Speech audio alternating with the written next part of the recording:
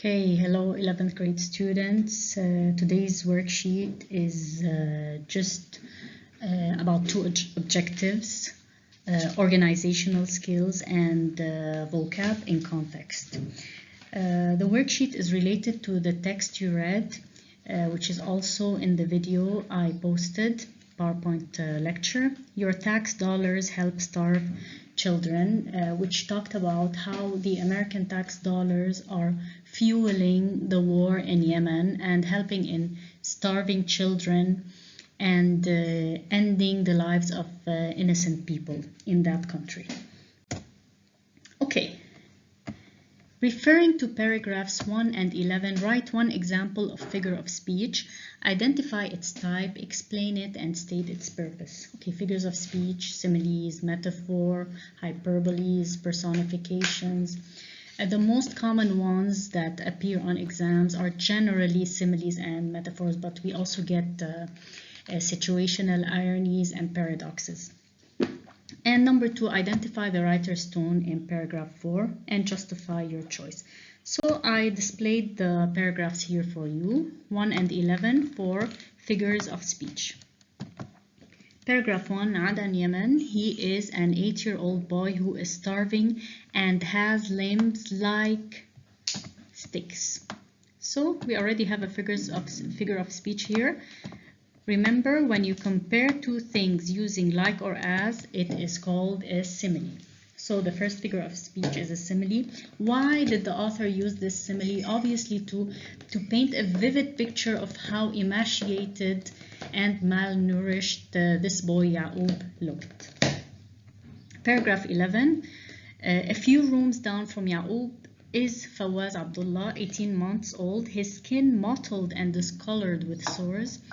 Fawaz is so malnourished that he has never been able to walk or say more than ma or ba. Chest heaving and eyes fluttering, the boy lay silently on a hospital bed, a bag of bones. They didn't say the boy is like a bag of bones, they said the boy is a bag of bones. So when you are speaking of one thing as if it were another, it's a metaphor. They didn't use like or as, so obviously the boy, okay, is spoken of as if he were a bag of bones, metaphor. Now let's take a look at paragraph 4 to figure out the author's tone. Where do we get the author's tone or attitude from? Of course, from his or her choice of words. The risk of a major catastrophe is very high. Again, look at this word, catastrophe, very high. Mark Lowcock, the United Nations humanitarian chief, told me. So he is warning here, obviously. In the worst case, what we have in Yemen now has the potential to be worse than anything. Again, the word worse. Okay, so let's take a look at. Okay, here are the answers. In paragraph 1, the statement, he is an 8-year-old boy who is starving and has limbs like sticks. Okay, the author is comparing the boy's limbs, Ya'ub's limbs, to sticks using the word like. So obviously this is a simile. It's an example of a simile in which the writer compares the limbs to sticks. The comparison emphasizes. Why does the author use that? It's to emphasize the thinness, weakness, and vulnerability of Ya'ub's body due to malnutrition. Okay, it's impactful on the reader's imagination and appeals to his senses. In paragraph 11, the author uses a metaphor, the metaphor a bag of bones, when he speaks of Fawaz, the 18-month-old boy lying in the hospital in Yemen. Again, this paints a powerful picture of Fawaz's status. He speaks of him as if he were a bag of bones, again appealing to the writer and appealing to the writer's senses, of course. 2, the writer's tone in paragraph 4 is warning and alarming. He is raising the red flag towards the cataclysm or catastrophe that is happening in Yemen. Words such as risk and catastrophe reflect such a tone. A distressed tone overwhelms in this paragraph as the writer describes the calamitous situation Yemen has reached, and that is significant in the word's choice, such as worst case and to be worse. Okay, moving on to paraphrasing. They gave us a poor version of paraphrasing and we need to write a good one. Again, when we paraphrase, we explain a sentence or a given text using our own words. We need to make it longer. We need to explain it further. Okay, we need to add details to it, as opposed to a summary where you just take the main idea and you drop the detail. And in order to write a good paraphrase, you need to refer back to its context. Read the whole paragraph where this extract has been taken from in order to write an accurate paraphrasing. The victimized people wonder how the world allowed such starvation. Okay.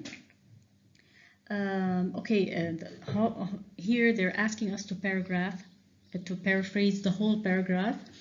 We rarely do that. I would usually ask you to summarize a paragraph and paraphrase a sentence, but it's okay to you know, get used to this. It's okay to get trained to paraphrase a longer text. So when you go back to paragraph 9, okay, you have to explain every unfamiliar word or every, you know, thing that is not so clear to the reader in simpler terms. Now let's answer C together. Use contextual clues to figure out the meaning of each word in the boxes below, then fill in the blanks with the correct words to complete the sentences that follow. The word complicit means when you are part of something, you're taking part in something, usually something negative. Okay. Mottled, filled with something precarious, you know, on the verge or on the brink of breakdown. Malnourished means malnutrition. Stunted, stopped. Okay. Number 1, women who smoke during pregnancy subject their newborn babies to the risk of stunted growth, stopped growth, or impaired growth. Number 2, the financial situation. This is our context clue. The financial situation he went through compelled him to beg so as he could satisfy his basic needs. Okay, the precarious, on the verge of breakdown. Number 3, one of the employees was arrested after the police found out he was in the bank robbery, complicit, part of something, something bad. Number 4, infants and children may develop rickets, which results in bone pain, malformed bones, and poor dental health. This is our context clue. So obviously we're talking about malnourished or malnutritioned children. Now, concerning the paraphrasing of paragraph 9, which you should go back to and read very well.